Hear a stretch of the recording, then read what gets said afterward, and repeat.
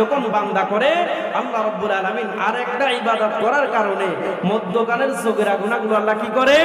ক্ষমা করে দেয়। তাহলে সগীরা গুনার জন্য আল্লাহর কাছে কি করতে হয় না? তাওবা করতে হয় না।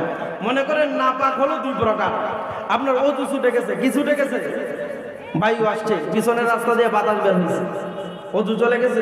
এখন কি গোসল করবেন না ওযু করবেন? কথা বলেন, এখন কি গোসল করবেন না ওযু করবেন? তাহলে ছোট নাপাকের জন্য কি ওযু? রাত্রে ঘুমাইলেন, স্বপ্ন দোষ হইছে, এখন ওযু করলে চলবে? কথা বলেন, চলবে? তাহলে ছোট নাপাকের জন্য ওযু, বড় নাপাকের জন্য কি বলেন? ছোট গুনার জন্য তাওবা করতে হয় না, আর একটা ইবাদত করলে কি এটা ক্ষমা হয়ে যায়। তবে বড় গুনার জন্য যেমনি ভাবে বড় নাপাকের জন্য গোসল, বড় গুনার জন্য আল্লাহর কাছে তাওবা করা। কি করা বলেন?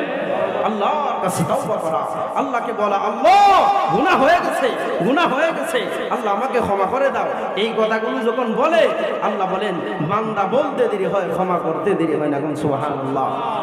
মুহতারাম হাজিরিন, আল্লাহ রাব্বুল আলামিন এইভাবে বান্দাকে ডাকেন প্রতিদিন। রাত যখন গভীর হয়ে যায়, প্রথম আসমানে এসে বান্দাকে ডাকে, ও বান্দা তোমাদের কার কি পরিমাণে গুনাহ হয়ে গেছে আমাকে বলো, আমি আল্লাহ ক্ষমা করে দিব। সুবহানাল্লাহ। আল্লাহ বলেন ইল্লা মান তাবা ওয়া আমানা ওয়া আমিলা আমালান সালিহা। একজন মানুষ যখন আল্লাহর কাছে তাওবা করে আর বলে, আল্লাহ আমার তো গুনাহ হয়ে গেছে, গুনাহ করে ফেলেছি, আমার আল্লাহ বলেন বান্দা যেই মাত্র গুনাহ নিয়ে আমার কাছে তাওবা করে, অনুতপ্ত হয়, আমি আল্লাহ প্রথম কাজ হলো ওই বান্দার পিছনের সমস্ত গুনাহ ক্ষমা করে দেয়। আর জোরে বলেন সুবহানাল্লাহ। আল্লাহ এক নাম্বার কি করেন বলেন? আল্লাহ পিছনের সব গুনাহ বান্দারে ক্ষমা করে দেয়। দুই নাম্বার হলো একজন মানুষ যখন আল্লাহর কাছে তাওবা করেন, আল্লাহ রাব্বুল আলামিন ওই বান্দার গুনাহগুলো যে পরিমাণে গুনাহ নিয়ে তাওবা করে, আল্লাহ ওই গুনাহগুলোরে সওয়াব দিয়ে বদলায় দেয়।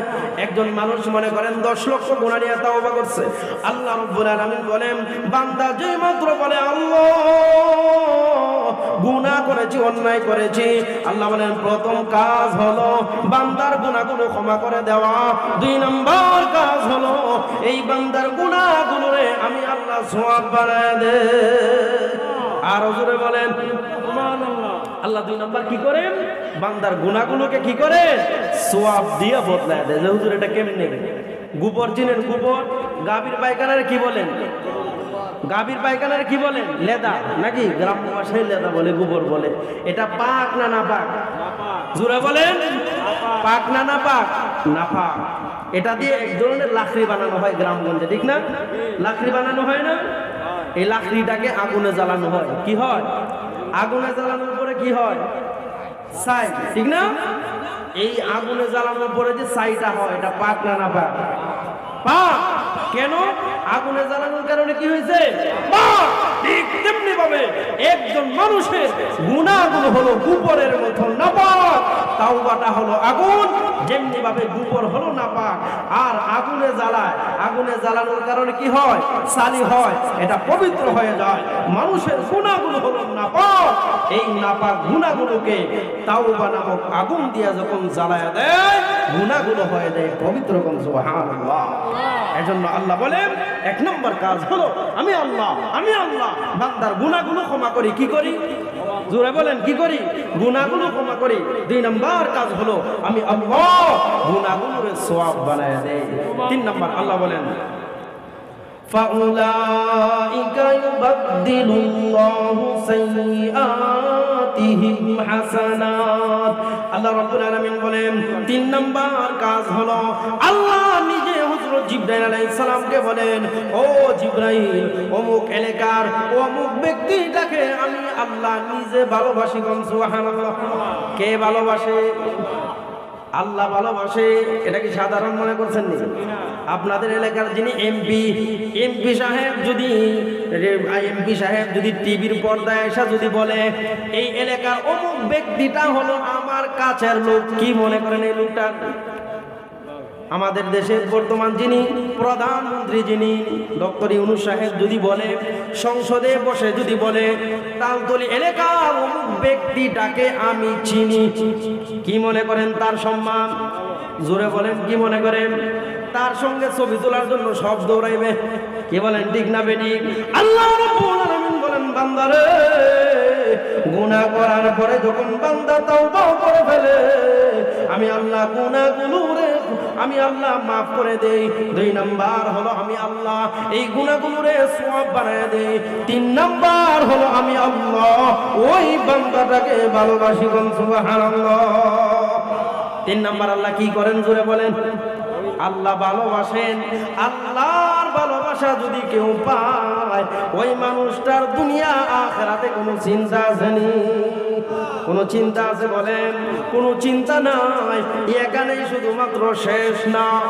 আল্লাহ রাব্বুল আলামিন বলেন, জিবরাইল অমুক এলাকার অমুক ব্যক্তিটাকে আমি আল্লাহ নিজে ভালোবাসি এবং তুমিও তাকে ভালোবাসো।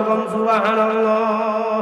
এখানে শেষ নয়। আল্লাহ বলেন, ও জিবরাইল এখানে শেষ নয়, তুমি চলে যাও, তুমি চলে যাও সমস্ত ফেরেশতাবাসীদের মধ্যে একটা ঘোষণা দিয়ে দিবা, আরে ফেরেশতারা একটি বিশেষ ঘোষণা আল্লাহ আমাকে বলেছেন, অমুক এলাকার অমুক ব্যক্তিটাকে আল্লাহ নিজে ভালোবাসে এবং আমাকে আল্লাহ ডেকে বলেছেন, ও জিবরাইল অমুক মিয়া ওই আব্দুল কুদ্দুসের ছেলে আব্দুল সাত্তারকে আমি আল্লাহ নিজে ভালোবাসি, তুমিও তারে ভালোবাসো এবং সমস্ত ফেরেশতাবাসীদেরকে বলে দাও সবাই যেন অমুক এলাকার অমুক ব্যক্তিটাকে ভালোবাসে।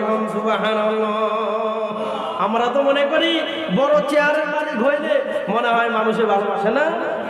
চেয়ারম্যান হইলে, এমপি হইলে, মন্ত্রী হইলে, সভাপতি হইলে, চেয়ারম্যান হইলে মনে হয় ভালোবাসা অর্জন করা যায় না। এমপি হলে মানুষ ভালোবাসে, সামনে ভালোবাসে, সালাম দেয়, পিছনে গালি দেয়, লাথিও দেয়। কথা বলেন, ঠিক না বেঠিক? ভালোবাসা আসে কোথা থেকে? উপর থেকে আসে। ভালোবাসা কোথা থেকে আসে?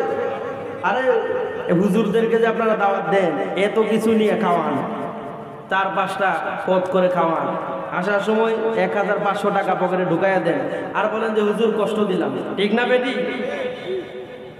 এই ভালোবাসা কোথা থেকে আসছে? উপরের ভালোবাসা অর্জন করেন, উপরের ভালোবাসা অর্জন করেন, দুনিয়াবাসী এমনিতেই আপনাকে ভালোবাসবে। বড় বড় বুজুর্গ যারা, আখাবের যারা, ওনারা আসলে দেখবেন আমরা গিয়ে মুসাফা করি, সিরিয়াল করি, হাদিয়া দেই, তোফা দেই। এই ভালোবাসা আসছে কোথা থেকে? ওনারা উপর ওয়ালাকে খুশি করেছে। উপরের ভালোবাসা জমিন ওয়ালাদের অন্তরে যখন পড়ে, এই মানুষটাকে এমনিতেই ভালোবাসে। তাহলে ভালোবাসা আসে কোথা থেকে? উপর থেকে আসে। মহতারাম হাজিরিন, এজন্য আমাদের গুনাহ আছে না নাই? গুনার জন্য আমাদেরকে